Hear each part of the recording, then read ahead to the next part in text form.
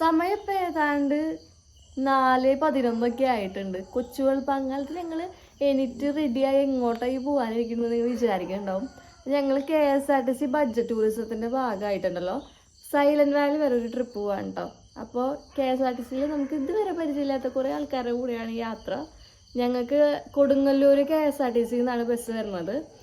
ഇപ്പോൾ ഞങ്ങൾക്കൊരു 5 മണിക്കാണ് അവിടെ നിന്ന് പുറപ്പെടാൻ, 4:45 ആകുമ്പോൾ അവിടെ എത്തണം. അപ്പോൾ ഞങ്ങളിപ്പോൾ ഇറങ്ങാമെന്ന് വിചാരിച്ചിരിക്കുകയാണ്. ഇവിടെ നിന്നൊരു 10-20 മിനിറ്റ് ഉണ്ട്. അവിടെ നിന്ന് നമ്മളെല്ലാവരും കൂടിയായിരിക്കും യാത്ര പുറപ്പെടുക. അപ്പോൾ എല്ലാവരും എണീറ്റിരിക്കുന്നുണ്ട്. അപ്പുറത്തുനിന്ന് നല്ല കുറേ കേൾക്കുന്നുണ്ട്. അത് നമ്മുടെ അപ്പുറത്തെ വീട്ടിലെ ലൂക്കറാണ്. അവനാണെങ്കിൽ നിർത്താണ്ട് കുറച്ചുകൊണ്ടിരിക്കുക. ഞങ്ങളൊരു 3 മണിക്ക് എണീറ്റതാണ്. അപ്പോഴും ആയാലും ഇവൻ്റെ കുറെ ഇങ്ങനെ കുറച്ചുകൊണ്ടിരിക്കുന്നുണ്ട്. ഇവൻ ഫുൾ ടൈം ഇങ്ങനെയാണ്. ഇപ്പോൾ എന്താണെന്നറിയില്ല, ആശാൻ ഇപ്പോൾ ഇങ്ങനെയാണ്. അത് ഞങ്ങൾ ബാക്ക്ഗ്രൗണ്ടിൽ കേൾക്കുന്നുണ്ടാവും, അതൊന്ന് ഇഗ്നോർ ചെയ്തോട്ടെ. അപ്പോൾ ഞങ്ങളത് വീടൊക്കെ പൂട്ടി ഇറങ്ങാൻ പോവാണ്. ഇനി നമ്മൾ KSRTC സ്റ്റാൻഡിലെത്തിയിട്ട് നമുക്ക് ബാക്കി വീഡിയോസ് കാണാം. അതുവരെയും ബൈ. അങ്ങനെ വീട്ടിൽ നിന്നൊക്കെ ഇറങ്ങി നമുക്ക് 6-നാണ് KSRTC ബസ് സ്റ്റാൻഡ് വരെ പോയത്. അപ്പോൾ കൊടുങ്ങല്ലൂർ വരെ എത്തണം. ഞങ്ങളുടെ വീട്ടിൽ നിന്ന് ഒരു അത്യാവശ്യം 8-10 കിലോമീറ്ററിൻ്റെ അടുത്തുണ്ട്. ഈ ഒരു വെളുപ്പാങ്കാലം നേരത്തൊന്നും കാർ ഓടിച്ച് എനിക്ക് അധികം എക്സ്പീരിയൻസ് ഒന്നുമില്ല. എന്നാലും വലിയ കുഴപ്പമൊന്നും ഇല്ലാണ്ടൊക്കെ KSRTC സ്റ്റാൻഡിലെത്തി. ഞങ്ങൾ ആദ്യം വിചാരിച്ചു അധികം ആൾക്കാരൊന്നും ഉണ്ടാവില്ല എന്ന്. പക്ഷേ അവിടെ എത്തിയപ്പോൾ നിറച്ച് ആൾക്കാരുണ്ടായിരുന്നു. അപ്പോൾ തന്നെ ഞങ്ങൾക്ക് കുറച്ച് സമാധാനമൊക്കെ ആയി. കുറച്ച് നേരം അവിടെ കാത്തിക്കേണ്ടി വന്നു കേട്ടോ എല്ലാവരും എത്താൻ വേണ്ടിയിട്ട്. അങ്ങനെ എല്ലാവരൊക്കെ എത്തിയതിനു ശേഷം ഞങ്ങൾ ബസ്സിലൊക്കെ കയറി കറക്റ്റ് സീറ്റ് നമ്പർ അനുസരിച്ച് സീറ്റിലൊക്കെ ഇരുന്നു. അങ്ങനെ എല്ലാവരും കയറ്റി ഞങ്ങൾ യാത്രയൊക്കെ തുടങ്ങി. യാത്ര തുടങ്ങിയപ്പോൾ ഒരു 5:20 ആയിട്ടുണ്ടായിരുന്നു. 5 മണിയെന്ന് പറഞ്ഞാൽ 5:20 ആയി. പിന്നെ നമ്മുടെ ടൂർ കോർഡിനേറ്റർ ചേട്ടൻ്റെ പേര് എടുത്ത് പറയണം കേട്ടോ, കൃഷ്ണകുമാർ എന്നായിരുന്നു പേര്. ആൾക്ക് ഞങ്ങളുടെ കൂടെ സൈലന്റ് വാലി വരെ വരാൻ പറ്റിയില്ല. കാരണം തലേദിവസം ആൾക്കൊരു ട്രിപ്പ് ഉണ്ടായിരുന്നു, അതിൻ്റെ ക്ഷീണത്തിലായിരുന്നു ആൾ. എന്നാലും ഞങ്ങൾക്കൊരു പാട്ടൊക്കെ പാടി തന്ന് ലാസ്റ്റ് സ്റ്റോപ്പിൽ ഇറങ്ങിയിട്ട് ആൾ തിരിച്ച് വീട്ടിൽ പോവുകയാണ് ചെയ്തത്. പിന്നെ സുജിത്ത് എന്ന് പറഞ്ഞ ചേട്ടനായിരുന്നു ഏറ്റെടുത്തിട്ടുണ്ടായിരുന്നത്. ഉറക്കക്ഷീണം ഞങ്ങളുടെ മൂത്ത് കാണാമെങ്കിലും ഞങ്ങളെല്ലാവരും പാട്ടൊക്കെ പാടി. അതും പല ഏജ് ഗ്രൂപ്പിലുള്ള ആൾക്കാരുണ്ടായിരുന്നു കേട്ടോ. എല്ലാവരും ജോളിയായിട്ടാണ് ഉണ്ടായിരുന്നത്.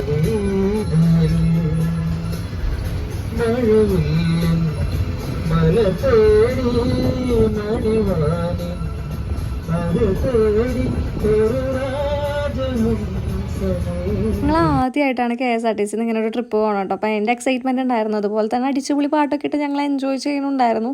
നമ്മുടെ കുങ്കൻ ഒരു അടിപൊളി പാട്ടും കൂടി പാടിയിട്ടുണ്ടായിരുന്നു കേട്ടോ.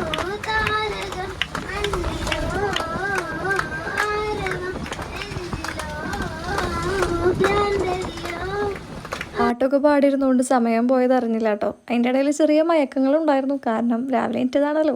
അങ്ങനെ ഞങ്ങൾ ചുരമൊക്കെ കയറി തുടങ്ങി. നമ്മുടെ യാത്രയ്ക്കിടയിൽ 2 വട്ടം നമ്മൾ ബസ് നിർത്തിയിട്ടുണ്ടായിരുന്നു കേട്ടോ. ഒന്ന് ചായ കുടിക്കാനായിരുന്നു. എല്ലാവർക്കും ചായ കുടിക്കേണ്ട നേരമായതുകൊണ്ട് ഒരു ചായ കുടിക്കാനെങ്കിലും നിർത്തുമെന്ന് പറഞ്ഞിട്ടായിരുന്നു വണ്ടി നിർത്തിയിരുന്നത്. രണ്ടാമതായി നിർത്തിയത് മണ്ണാർക്കാട് KSRTC സ്റ്റാൻഡിലായിരുന്നു. അവിടെ നമുക്ക് വണ്ടിക്ക് ഫ്യൂവൽ അടിക്കണമായിരുന്നു. കൂടെ നമുക്ക് റിഫ്രഷ് ചെയ്യാനുള്ള ടൈം ഉണ്ടായിരുന്നു കേട്ടോ.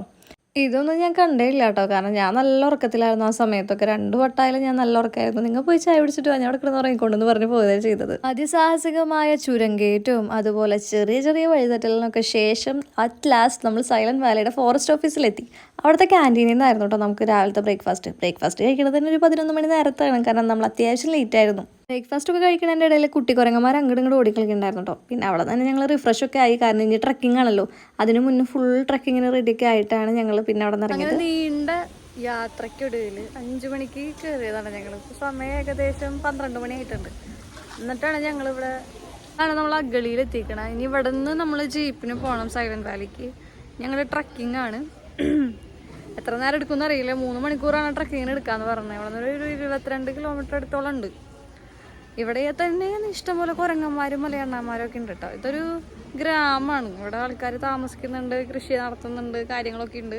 അപ്പോൾ നിങ്ങൾ ബാക്കിലൊക്കെ നോക്കി കഴിഞ്ഞാൽ കാണാം വാഴത്തോട്ടൊക്കെ.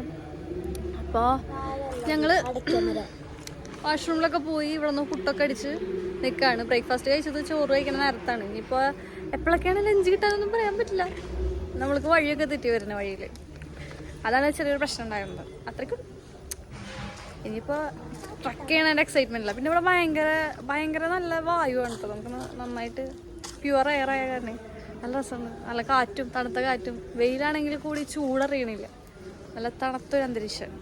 ഇവിടുന്ന് ഞങ്ങൾ നേരെ പോയത് നമ്മുടെ ഫോറസ്റ്റ് ഓഫീസിൻ്റെ മെയിൻ ഓഫീസിലേക്കാണ്. അവിടെയാണ് നമുക്ക് ജീപ്പുകളൊക്കെ വന്നത്. ജീപ്പുകൾ പ്രൈവറ്റ് ജീപ്പാണെങ്കിൽ കൂടിയും നമ്മുടെ ഫോറസ്റ്റ് ഓഫീസിൽ നിന്ന് അവർ വിളിച്ചാൽ മാത്രമേ അവർ അങ്ങോട്ട് വരത്തുള്ളൂ. അവർ പെർമിറ്റൊക്കെ കൊടുത്തതിന് ശേഷം നമുക്ക് കാടിനുള്ളിലേക്ക് കയറാൻ പറ്റുള്ളൂ. അങ്ങനെ ഞങ്ങളെല്ലാവരും കൂടി ജീപ്പിലൊക്കെ കയറി. ഞങ്ങളുടെ കൂടെ ഞങ്ങളുടെ KSRTC ടീമിൽ നിന്നുള്ള വേറെ ഫാമിലി ഉണ്ടായിരുന്നു കേട്ടോ. അവർ ഭയങ്കര കമ്പനിയായിരുന്നു. നമ്മൾ ഫുൾ എൻജോയ് ചെയ്ത് ഫുൾ എക്സ്പ്ലോർ ചെയ്തിട്ടാണ് പോയത്. നമ്മുടെ ജീപ്പാണ് ആദ്യം വന്നത്. അതുകൊണ്ട് തന്നെ നമുക്കാണ് ചെറിയ പണികളൊക്കെ കിട്ടിയത്. കാരണം പേപ്പറൊക്കെ സൈൻ ചെയ്ത് വാങ്ങേണ്ടത് നമ്മുടെ ഡ്രൈവർ ചേട്ടൻ്റെ ഡ്യൂട്ടി ആയിരുന്നു. അപ്പോഴേക്കും അവർക്ക് എന്താ പറയുക കയറ്റി വിട്ടു തുടങ്ങി ബാക്കി ജീപ്പുകളെ. അപ്പോൾ ഞങ്ങൾ ഏറ്റവും ലാസ്റ്റായിട്ടാണ് ഉള്ളിലേക്ക് കയറിയത്. അങ്ങനെ ഞങ്ങൾ കാടിൻ്റെ ഉള്ളിലേക്ക് യാത്ര തുടങ്ങി. അപ്പോൾ കാടെന്ന് പറയുമ്പോൾ 3 തരത്തിൽ കാടിനെ തിരിച്ചിട്ടുണ്ട് കേട്ടോ. ആദ്യത്തെ തട്ട് കാടിലാണ് പ്ലാന്റേഷൻസും കാര്യങ്ങളൊക്കെ ഉണ്ട്. അവിടെ പ്രൈവറ്റ് എസ്റ്റേറ്റും കാര്യങ്ങളൊക്കെ ഉണ്ട്. അവിടെ ഏലത്തോട്ടം, അതുപോലെ യൂക്കാലിറ്റസ് തോട്ടം, അങ്ങനെ പല തോട്ടങ്ങളൊക്കെ ഉണ്ട്. അതിൻ്റെ കഴിഞ്ഞ് രണ്ടാമത്തെ തട്ടിക്ക് കയറുമ്പോഴേക്കും ഇങ്ങനത്തെ കാര്യങ്ങളൊന്നും ഇല്ലാണ്ടാവും. അത് കഴിഞ്ഞ് ഏറ്റവും കോറെന്ന് പറയുമ്പോൾ തിക്ക് ഫോറസ്റ്റ് ആണേ. അങ്ങനെ ഞങ്ങൾ യാത്ര ചെയ്തുകൊണ്ടിരിക്കുമ്പോഴാണ് ഇതേ ഒരു കൊമ്പുമ്മ സെർപ്പൻ്റ് ഈഗിളിനെ കണ്ടത്. ഈ പേരൊക്കെ പറഞ്ഞത് നമ്മുടെ ഡ്രൈവർ ചേട്ടനാണ് കേട്ടോ. ഈ യാത്രയിൽ ഉടനീളം ഞങ്ങൾക്ക് കാടിനെ കുറിച്ചും ഈ കാട്ടിലെ മൃഗങ്ങളെ കുറിച്ച് പറഞ്ഞത് നമ്മുടെ ഡ്രൈവർ ചേട്ടനാണ് കേട്ടോ. അങ്ങനെ ഞങ്ങൾ ഇതേ ആദ്യത്തെ ആദിവാസി കോളനി കണ്ടു. കാടിനെ മാത്രം ആശ്രയിച്ച് ജീവിക്കുന്ന ഒരു കൂട്ടം ആദിവാസികളുടെ ചെറിയൊരു ഗ്രാമമാണ് കേട്ടോ ഈ കാണുന്നത്. അവിടുത്തെ ഗ്രാമവാസികളെ ഞങ്ങൾക്ക് കാണാൻ കഴിഞ്ഞു കേട്ടോ.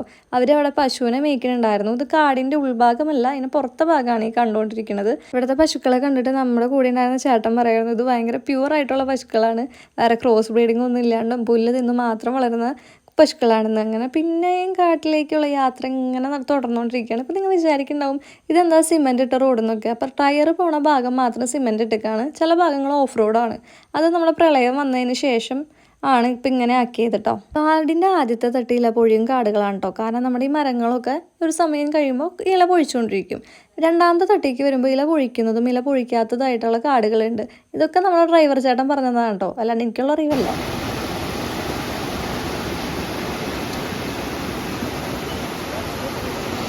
യാത്രക്കിടയിൽ ഒരു അടിപൊളി കുഞ്ഞരുവി കണ്ടപ്പോൾ നിർത്തിയതാണ് കേട്ടോ ഫോട്ടോസും വീഡിയോസൊക്കെ എടുക്കാനായിട്ട്. നമ്മൾ നിൽക്കുന്നത് ഈ ഒത്ത കാടിൻ്റെ നടുക്കാണെന്നുള്ള ഓർമ്മ വേണേ. ചിലപ്പോൾ പുലിയൊക്കെ ഇറങ്ങി വന്നാലോ, ചെറിയ പേടിയൊക്കെ ഉണ്ടായിരുന്നു. പുലീനെ മാത്രമല്ല ചിലപ്പോൾ ആനയായാലും വന്നാൽ മതിയല്ലോ, നമുക്ക് പേടിക്കാമല്ലോ. പക്ഷെ അവിടെ പുലിയും ആനയൊന്നും അങ്ങനെ വരാറില്ല എന്നാണ് പറയണേ. നമുക്കങ്ങനെ ഇവിടെ അധികം അനിമൽ സൈറ്റിംഗ് ഒന്നും ഇല്ല എന്നാണ് എൻ്റെ ഒരു നിഗമനം. അത് കഴിഞ്ഞ് അവിടെ നിന്ന് ഞങ്ങൾ കുറച്ചും കൂടി ഉള്ളിലേക്ക് പോന്നു കേട്ടോ. എന്നിട്ട് ഞങ്ങൾ എല്ലാവരുടെയും ജീപ്പൊക്കെ നിർത്തിയിട്ട് ഇവിടെ നിന്ന് ഫോട്ടോ ഒക്കെ എടുത്തോളം പറഞ്ഞു. അപ്പോഴാണ് ഈ ഒരു കോഴിയുടെ പോലത്തെ തൂവൽ കണ്ടത്. അപ്പം ഞങ്ങൾ ആദ്യം വിചാരിച്ചു കാക്കയായിരിക്കുന്നു. പക്ഷെ അവിടുത്തെ ചേട്ടൻ പറഞ്ഞു കാക്കൊന്നും ഈ ഭാഗത്തില്ല എന്ന്. അപ്പോൾ ദേ ഞങ്ങൾ കാടിൻ്റെ നടുക്കാണ്. അവിടെ ഫുൾ കാടാണ്, റെയിൻ ഫോറസ്റ്റ് ആണ് അപ്പുറത്തും ഇപ്പുറത്തൊക്കെ ആയിട്ട്.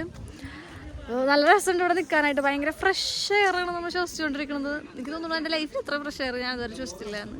പിന്നെ ഇവിടെ നിറച്ച് യൂക്കാലിപ്റ്റസ് മരങ്ങൾ, അതുപോലെ തന്നെ ഇവിടെ ഏതോ കിളീരെ പിടിച്ചൊരു പാടൊക്കെ ഉണ്ടായിരുന്നു. അപ്പോൾ ഞങ്ങൾക്ക് കയറാൻ നേരമായി. ഞങ്ങൾ ഇനി ഉള്ളിൽ കയറട്ടെ. അധികം നേരം ഇവിടെ നിൽക്കാൻ പറ്റില്ല, കാരണം വന്യജീവികളുള്ളതാണല്ലോ, നമ്മളതിനെക്കുറിച്ച് പേടിക്കണമല്ലോ. ഞങ്ങൾ ഇനി ഉള്ളിൽ കയറി പോട്ടെ. ഇതാണ് വെടിപ്പിലാവ്. ഇതിൻ്റെ അകത്താണ് നമ്മുടെ ചുരുളി.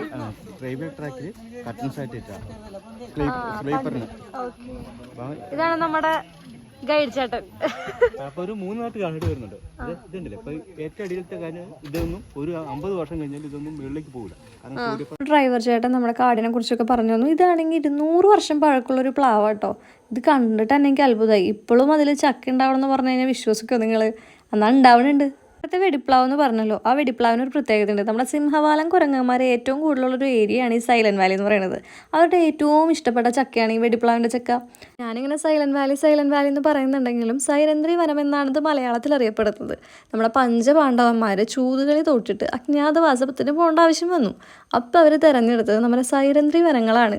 യാത്രക്കിടെ ഇങ്ങനെ കഥകളൊക്കെ പോയിട്ട് പോകാനായിട്ട് നല്ല രസമല്ലേ. അപ്പോഴാണ് നമ്മുടെ ഡ്രൈവർ ചേട്ടൻ നിർത്തിയിട്ട് കാട്ടേലം പറിച്ചു തന്നത്. കാട്ടേലം എന്നൊക്കെ പറഞ്ഞാലും ഇതിൻ്റെ മണവും ഗുണവും ഉണ്ടല്ലോ, അത് 100 ഇരട്ടിയാണോ നമ്മൾ സാധാരണ കിട്ടുന്ന ഏലത്തിനേക്കാളും. ഈ ഏലയ്ക്ക് നമുക്ക് പച്ചയ്ക്ക് പോലും കഴിക്കാൻ പറ്റത്രേ, കാരണം ഇതിൻ്റെ ഗുണവും ഔഷധവും ഒക്കെ അത്രയ്ക്കുണ്ട്. ഞാൻ ടേസ്റ്റ് ചെയ്ത് നോക്കിയില്ല, ഞാനിത് വീട്ടിലേക്ക് എടുത്തുകൊണ്ട് വന്നിട്ടുണ്ടായിരുന്നു കേട്ടോ. അവിടെ നിന്ന് ഞങ്ങൾ പിന്നെ കണ്ടത് കുന്തിരിക്കത്തിൻ്റെ മരമാണ് കേട്ടോ. ഈ ചോര പോലെ ഒലിച്ചുകൊണ്ടിരിക്കുന്നത് കുന്തിരിക്കത്തിൻ്റെ പശയാണ്. ഈ പശ എടുത്തിട്ടാണ് നമ്മൾ കുന്തിരിക്കം ഉണ്ടാക്കുന്നത്, നമ്മൾ ഈ പൊക്കിക്കാനൊക്കെ ഉപയോഗിക്കുന്നത്. ആദിവാസികൾ ഇത് റബ്ബർ ടാപ്പ് ചെയ്യണ പോലെ ടാപ്പും ചെയ്യും.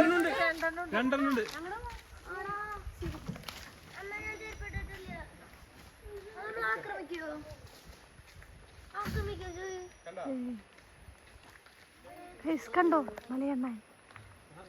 മലയണ്ണനാണ്.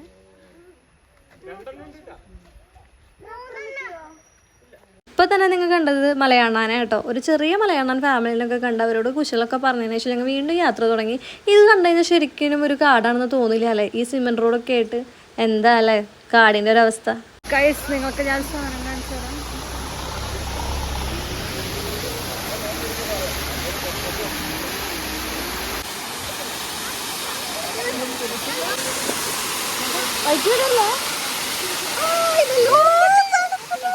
കാടിനുള്ളിലെ ചെറിയൊരു വിസ്മയം. ഈ ചെറിയ വെള്ളച്ചാട്ടം കണ്ട് ഞങ്ങൾ നേരെ ഇറങ്ങിയതാണ് കാലൊക്കെ തണുപ്പിക്കാനായിട്ട്. കാല് വെച്ചപ്പോഴല്ല അറിയണേ വെള്ളത്തിൻ്റെ തണുപ്പ്. അടിപൊളി തണവായിരുന്നു. അങ്ങനെ കുറച്ച് വെള്ളമൊക്കെ കുടിച്ചു. രാവിലെ കുടിച്ചിട്ട് എന്തോ ചുവ പോലെ തോന്നുന്നു പറഞ്ഞിട്ട് തുപ്പിക്കളഞ്ഞു. ഞാൻ കുടിച്ചിട്ട് അമ്പലത്തിൽ പ്രസാദമാക്കുന്ന പോലെ തലയിലൊക്കെ ആക്കുന്നുണ്ടായിരുന്നു. എന്തിനൊക്കെയാണോ എന്തോ. പിന്നെ അവിടെ നിന്നാണെന്ന് തോന്നുന്നു നമ്മുടെ കുങ്കൻ്റെ കാല് മട്ടയൊക്കെ കയറി കടിച്ചിട്ടുണ്ടായിരുന്നു. കാടിൻ്റെ ഉള്ളിൽ കയറി ആദ്യത്തെ യാത്ര തൊട്ട് അവിടെ നിന്ന് ഇങ്ങനെ ചെറിയൊരു മാർക്കിങ്സ് കൊടുത്തിട്ടുണ്ട്. നമ്മൾ എത്രാമത്തെ കിലോമീറ്ററാണ് കാടിൻ്റെ നിന്ന്. 22 കിലോമീറ്റർ ഉള്ളിലേക്കാണ് നമ്മൾ യാത്ര ചെയ്യുന്നത്. അപ്പോൾ ഇങ്ങനെ ഓരോ കിലോമീറ്റർ കഴിയുമ്പോഴും ഇങ്ങനെ അവിടെ മാർക്കിങ്സ് നമുക്ക് കാണാൻ പറ്റും കേട്ടോ. പിന്നെ നമ്മൾ അടിപൊളിയായിട്ട് സിംഹവാലൻ കുരങ്ങൻ്റെ ഒരു ഫാമിലിനെ കണ്ടു. അതും വളരെ ക്ലോസ് ആയിട്ട് നമ്മുടെ തലയുടെ തൊട്ട് മേലുള്ള കൊമ്പുമ്മലായിരുന്നു അവരുണ്ടായിരുന്നത്. സൈഡിൽ ഒരാളിരുന്ന് എന്തോ ഇഞ്ചിയോ ഏലോ അങ്ങോട്ട് കടിച്ച് തിന്നുന്നുണ്ടായിരുന്നു. ഒരാൾ മേലിരുന്ന് അങ്ങോട്ടും ഇങ്ങോട്ടും ചാടിക്കളിക്കുന്നുണ്ടായിരുന്നു. ഇവരുടെ അമ്മയോ അച്ഛനോ അപ്പുറത്തിരുന്ന് ഇവരെ വാച്ച് ചെയ്യുന്നുണ്ടായിരുന്നു കേട്ടോ. കാരണം ആൾക്ക് നല്ല സൈസ് ഉണ്ടായിരുന്നു, ഒരു ഗൊറില്ലയുടെ ഒക്കെ ഉള്ള പോലെ. തലയുടെ മേലൊക്കെ ഇരുന്നപ്പോൾ ചെറിയൊരു പേടി ഉണ്ടായിരുന്നു കേട്ടോ, നമ്മൾ അറ്റാക്ക് ചെയ്യുന്നു. പക്ഷേ ഇവിടുത്തെ അനിമൽസ് ഭയങ്കര പാവങ്ങളാണ്. ഇവർക്ക് നമ്മളെ കണ്ടിട്ട് വലിയ മൈൻഡും ഇല്ല. അവരവരുടെ കാര്യം നോക്കി ഇരിക്കുകയാണ് ചെയ്തിരുന്നത്. ഒരാൾ നമ്മുടെ മേത്തേക്ക് ചാടി കയറി വരെയോ നമ്മൾ ഉപദ്രവിക്കാനോ ഉണ്ടായിരുന്നില്ല കേട്ടോ. ഈ കാടിനുള്ളിലേക്ക് നമുക്ക് കാൽനടയായിട്ട് കയറി വരാൻ പറ്റില്ല. നേരെ മറിച്ച് നമുക്ക് വേറൊരു കാടിലേക്ക് കാൽനടയായിട്ട് ട്രക്കിംഗ് ചെയ്യാൻ പറ്റുന്നതാണ്. ഇതാണ് സൈലൻറ്റ് വാലിയുടെ മെയിൻ ആയിട്ടുള്ള എൻട്രൻസ്. 21 കിലോമീറ്ററോളം ഉള്ളിലേക്ക് വന്നാലാണ് കേട്ടോ നമുക്ക് ഈ എൻട്രൻസ് കാണാൻ പറ്റുക. എല്ലാവരുടെ സ്റ്റോറീസിലും വീഡിയോസിലൊക്കെ നമ്മൾ എപ്പോഴും കാണുന്ന എൻട്രൻസ് ഈ എൻട്രൻസ് ആണ്. ഈ എൻട്രൻസ് കഴിഞ്ഞ് കഴിഞ്ഞാൽ 1 കിലോമീറ്ററും കൂടി ഉള്ളൂ നമ്മുടെ ഫോറസ്റ്റ് ഡിപ്പാർട്ട്മെൻറ്റിൻ്റെ ഒരു സെക്ഷനിലേക്ക് എത്താനായിട്ട്. ഇത് കോറാണ് കാടിൻ്റെ ഏറ്റവും നടുക്കുള്ള കാട്. ഇവിടെ നിറച്ചു മരങ്ങളാണ്, നല്ല തിക്കായിട്ടുള്ള ഫോറസ്റ്റാണ്. അതുപോലെ തന്നെ ആന പോയ വഴിയാണ് ഈ കണ്ടുകൊണ്ടിരിക്കുന്നത്. ആന ചിരിഞ്ഞാണ് ഇറക്കുക. അതുകൊണ്ട് ഈ മണ്ണ് തട്ടായിട്ട് വീണ് കിടക്കണം നമുക്ക് കാണാൻ പറ്റും. 22 കിലോമീറ്ററും താണ്ടി ചെന്നാലാണ് നമ്മുടെ കുന്തിപ്പുഴയ്ക്ക് ട്രക്ക് ചെയ്യാനുള്ള വഴിയും അതുപോലെ തന്നെ നമ്മുടെ വാച്ച് ടവർ ഉള്ളത്. കുന്തിപ്പുഴയ്ക്ക് നമുക്ക് കാൽനടയായിട്ട് തന്നെ പോകണം, കാടിൻ്റെ ഉള്ളിലൂടെ ട്രക്ക് ചെയ്തിട്ട്. പക്ഷെ ഞങ്ങൾക്ക് അൺഫോർച്ചുനേറ്റ്ലി പോകാൻ പറ്റിയില്ല. വന്നപ്പോൾ ലേറ്റ് ആയതും പിന്നെ കുറേ സൈറ്റ് സീയിങ്ങിന് നിന്ന് സമയം കളഞ്ഞിട്ട് ഞങ്ങൾക്ക് താഴേക്ക് പോകാൻ പറ്റിയില്ല. അങ്ങനെ കുറേ പേര് പോകണ്ടെന്നും പറഞ്ഞു കുന്തിപ്പുഴ കാണാനായിട്ട്. ഇത് കണ്ടു കഴിഞ്ഞാൽ നിങ്ങൾക്ക് തോന്നും നമ്മൾ നിൽക്കുന്നത് ഒരു കൊടുങ്കാടിൻ്റെ ഒത്ത നടുക്കാണെന്ന്. ഇല്ല അല്ലേ, കാരണം എങ്ങനെ അവിടെ ക്വാർട്ടേഴ്സൊക്കെ ഇല്ലേ. അങ്ങനെ ഞങ്ങൾ അവിടെ നിന്ന് നേരെ പോകുന്നത് ചായ കുടിക്കാൻ വേണ്ടിയാണ്. ചായക്ക് കടിയായിട്ട് കിട്ടിയത് നല്ല ഏലക്കായുടെ ഇലയിൽ ഉണ്ടാക്കിയ അടയായിരുന്നു. നല്ല രസമുണ്ടായിരുന്നു കഴിക്കാനായിട്ട്. ഞാൻ വേറെ ഒരാളുടെ നിന്നും കൂടി വാങ്ങിച്ച് കഴിച്ചു, 2 എണ്ണം കഴിച്ചു, കാരണം നല്ല വിശപ്പുണ്ടായിരുന്നു. ഇതാണ് നമ്മുടെ വിശ്വവിഖ്യാതമായ വാച്ച് ടവർ. ഇതൊരു 100 മീറ്റർ ഉണ്ടെന്നാണ് പറയുന്നത്. പക്ഷേ എനിക്ക് അതിലും കൂടുതലും ഹൈറ്റായിട്ട് തോന്നി. ആദ്യം കണ്ടപ്പോൾ പേടിയൊന്നും ഉണ്ടായിരുന്നില്ല. പിന്നെ എന്താ പറയുക, കാര്യത്തോടെടുക്കും തോറും നമുക്ക് പേടി കൂടുന്നു പറയില്ലേ, അവിടെ കയറി തുടങ്ങിയപ്പോഴാണ് എനിക്ക് ആ ഫീലിംഗ് ഉണ്ടായത്. അറ്റ് ടൈം വാച്ച് ടവറിൽ 12 പേർക്ക് കയറാൻ പറ്റുള്ളൂ. അതുകൊണ്ട് ഞങ്ങൾക്ക് കുറച്ച് നേരം വെയിറ്റ് ചെയ്യേണ്ടി വന്നു. ബാക്കിയുള്ളവർ ഇറങ്ങിയതിന് ശേഷമാണല്ലോ കയറാൻ പറ്റുള്ളൂ. അപ്പോൾ നമ്മുടെ രാജീവ് ഗാന്ധിയാണ് ഇത് ഇനോഗ്രേറ്റ് ചെയ്തത് നമ്മുടെ സൈലൻറ്റ് വാലി നാഷണൽ പാർക്കായിട്ട്. 1985 അതുണ്ടായിരുന്നത്. യാത്രക്കിടയിൽ നമ്മുടെ ഡ്രൈവർ ചേട്ടൻ പറഞ്ഞിരുന്നു നമ്മുടെ കുരങ്ങന്മാർ കാട്ടുപേരൊക്കെ കഴിച്ചിട്ടാണ് ജീവിക്കുന്നതെന്ന്. അപ്പോൾ ഞങ്ങൾ അവിടെ കാട്ടുപേര കണ്ടപ്പോൾ ഒരെണ്ണം ട്രൈ ചെയ്ത് നോക്കിയാലോന്ന് വെച്ചിട്ട് പൊട്ടിച്ച് കടിച്ച് കഴിച്ച് നോക്കി. അപ്പോഴാണ് അതിൻ്റെ രുചി അറിയണത്.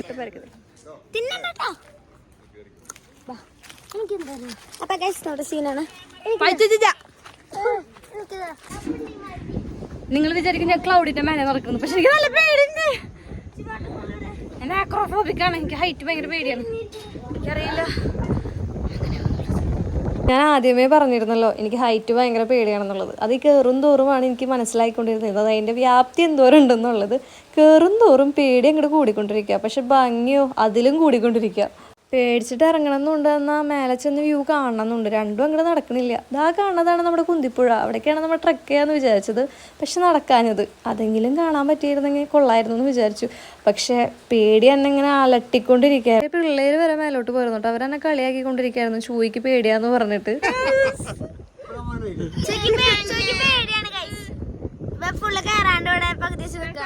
എങ്ങനെ പേടിക്കാണ്ടിരിക്കും? ഇതാണ് കൈസ് ഇവിടെ നിന്നുള്ള വ്യൂ. നോക്ക്, ഇത് നമ്മളിവിടെ എത്ര ഡെപ്തിലാണ് നിൽക്കുന്നത്. നോക്ക് എത്ര താഴെന്ന്. മൈ ഗാഡ്, എന്നെ പോലെ നല്ല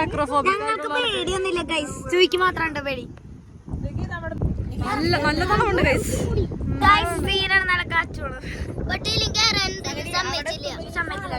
ബോട്ടും കയറാൻ പറ്റും, പക്ഷെ അത് കേറുന്നില്ല, ഇവിടെ കൈവരിയൊന്നുമില്ല. ഒട്ടുവരെ മാറണുണ്ടായിരുന്നില്ല. എങ്ങനെയൊക്കെയോ കഷ്ടപ്പെട്ടിട്ടാണ് അവിടെ വരെ കയറിയതും തിരിച്ചിറങ്ങിയതൊക്കെ. എനിക്കേ അറിയുന്നത് എങ്ങനെയായിരുന്നു എന്നുള്ളത്.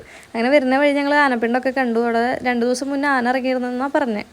അത് കഴിഞ്ഞ് അവിടെ നിന്ന് അധികം നേരം നിന്നില്ല. ഞങ്ങൾ നേരെ വണ്ടി കയറി സൈലന്റ് വാലിയോട് ടാറ്റ ബൈ ബൈ ഒക്കെ പറഞ്ഞ് ഇനി എപ്പോഴെങ്കിലും വരുമ്പോൾ കുന്തിപ്പുഴ കാണാം എന്നുള്ളൊരു മോഹത്തോടു കൂടി തിരിച്ച് ഞങ്ങൾ ഫോറസ്റ്റ് ഓഫീസിലേക്ക് വന്നു. അവിടെ ഞങ്ങൾക്ക് ഉച്ചഭക്ഷണം ഉണ്ടായിരുന്നു. ഉച്ചഭക്ഷണം കഴിക്കുമ്പോൾ 4 മണി കഴിഞ്ഞിട്ടുണ്ട്.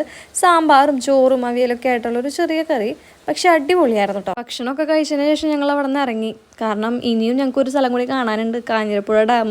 അവിടേക്ക് എത്തണമെങ്കിൽ ഞങ്ങൾ ഇവിടെ നിന്ന് കുറച്ച് നേരത്തെ തിരിച്ചാലേ പറ്റുള്ളൂ. അങ്ങനെ ഞങ്ങൾ തിരിച്ച് ബസ്സിൻ്റെ അടുത്തേക്ക് പോയിക്കൊണ്ടിരിക്കുമ്പോഴാണ് ഒരു കുരങ്ങൻ കൂട്ടം അവിടെ കളിക്കണം കണ്ടത്. പിന്നെ ഞങ്ങൾ വന്ന വണ്ടീനെ കാണിച്ചെന്നില്ലല്ലോ, ഇതാണ് ഞങ്ങളുടെ ആനവണ്ടി. കണ്ട ചുരമൊക്കെ കയറി അടിപൊളിയായിട്ട് ഞങ്ങൾ ഇവിടെ വരെ എത്തിച്ചത്. അങ്ങനെ സൈലന്റ് വാലിയുടെ അടുത്ത് ടാറ്റ ബൈ ബൈ പറഞ്ഞിട്ട് മൊത്തത്തിൽ ഞങ്ങൾ അവിടെ നിന്ന് ഇറങ്ങാം കേട്ടോ. ചുരമൊക്കെ ഇറങ്ങി കാഞ്ഞിരപ്പുഴ ഡാമിലേക്കാണ് പോണത്. യാത്രയുടെ വേറെ വീഡിയോസൊന്നും എടുക്കാൻ പറ്റിയില്ല, കാരണം നല്ല ഉറക്കമായിരുന്നു. കാഞ്ഞിരപ്പുഴ ഡാം എത്തിയപ്പോൾ ഒരു 6 മണിക്ക് ആയിട്ടുണ്ടായിരുന്നു. അതുകൊണ്ട് നമ്മുടെ ഡാം ഇരുട്ടായി വരായിരുന്നു. ഞങ്ങളാണെങ്കിൽ അതിനും നല്ല ടയേർഡ്.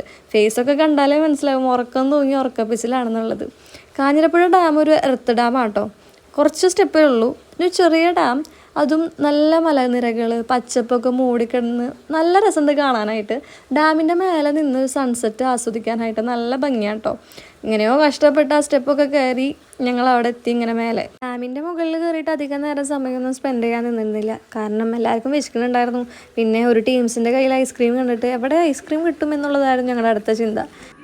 ഡാമിലെ കാഴ്ചകളൊക്കെ കണ്ട് 2-3 ഫോട്ടോസൊക്കെ എടുത്ത് ഞങ്ങൾ അവിടെ നിന്ന് താഴോട്ടിറങ്ങി എവിടെയാണ് ഈ പാർക്കെന്ന് തപ്പി നടക്കായിരുന്നു. പാർക്ക് തപ്പി എവിടേക്കോ ചെന്ന് എത്തിപ്പെട്ടു. അപ്പോഴേക്കും രാത്രി ആയിട്ടുണ്ടായിരുന്നു.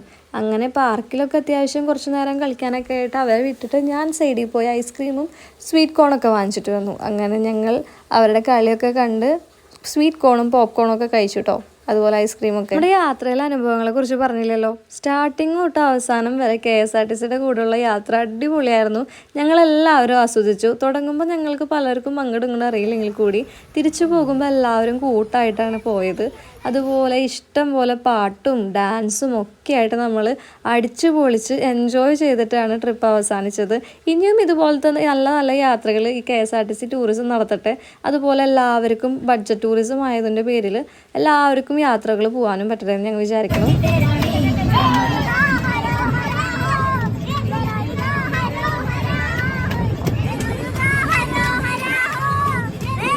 തിരിച്ചു പോകുമ്പോൾ ഞങ്ങളെല്ലാവരും അടിച്ചു പൊളിച്ച് ഡാൻസ് കളിച്ചും പാട്ടൊക്കെ പാടിയിട്ടാണ് പോയത്. ചെറിയൊരു വിഷമമുണ്ട് ഈ ട്രിപ്പ് ഇവിടെ തീരല്ലേ എന്ന് വിചാരിച്ചിട്ട്.